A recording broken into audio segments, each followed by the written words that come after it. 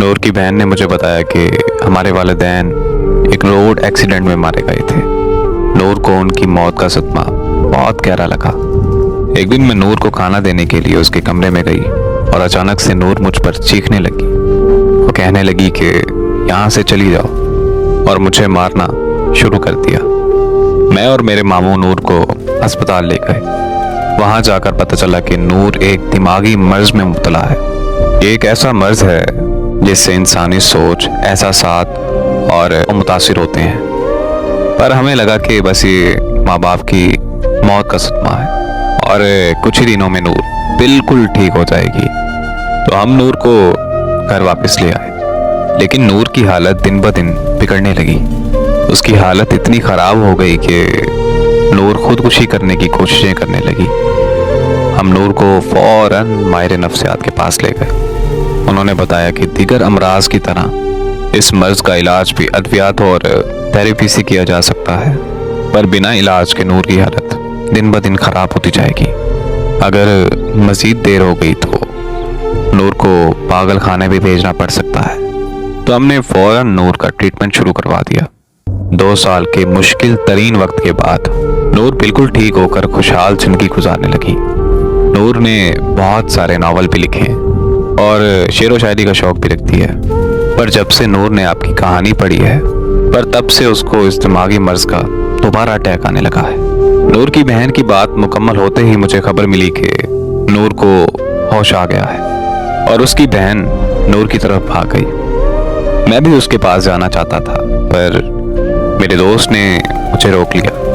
वो मुझे कहने लगा कि नूर तो पागल लड़की है, हमें उसे क्या लेना देना, चलो हम घर चलते हैं। मैंने अपने दोस्त से बोला कि अरे यार, मैं कौन सा नॉर्मल हूँ, मैं भी तो इतना पागल हो चुका हूँ कि किसी का कम बुलाने के लिए नशे का सहारा ले रहा हूँ। बस इतना कहकर मैं नूर से मिलने चला गया।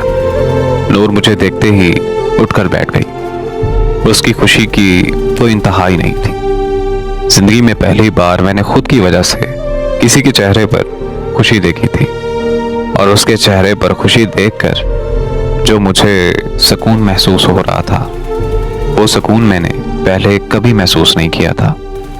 मैं नूर के करीब जाकर बैठ गया और उससे उसका हाल चाल पूछने लगा। तो वो मुझे कहने लगी कि आपके आने से सब कुछ ठीक हो गया है। फिर हमने बहुत सी बातें की और कुछ देर बाद मैंने नूर से कहा कि अब मेरे जाने का वक्त हो गया है।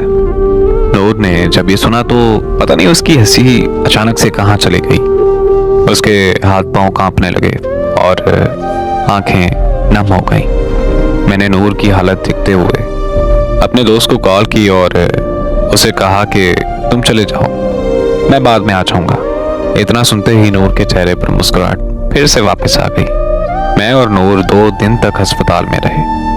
वो 2 दिन मेरी जिंदगी के सबसे खूबसूरत दिन थे। हमने एक साथ जीने मरने की कस्में भी खाई थी। 2 दिन बाद नूर को अस्पताल से छुट्टी मिल गई और हम दोनों अपने अपने घर चले गए। फिर हमारी फ़ोन पर दिन रात बातें होने लगी और ऐसे ही 1 साल गुजर गया। वो ज़हनी तौर पर बिल्कुल ठीक हो चुकी थी और मैं भी नशा मुकम्मल तौर पर छोड़ चुका था। यहाँ तक कि हमारी शादी के लिए हमारी फैमिलीज़ भी रज़ामंद हो चुकी थी। ज़िंदगी में सब अच्छा चल रहा था कि अचानक एक खबर ने मेरी दुनिया हिला कर रख दी। मुझे पता चला कि नूर की बहन की मौत हो गई। ये खबर मिलते ही मैं नूर के घर पहुंच गया। वहां पहुंचकर पता चला कि नूर की बहन ने प्यार में धोखा खाने के बाद खुदकुशी कर ली और नूर को फिर से वही दिमागी मर्ज का अटैक आया। नूर को अस्पताल में फिर से एडमिट कर दिया गया।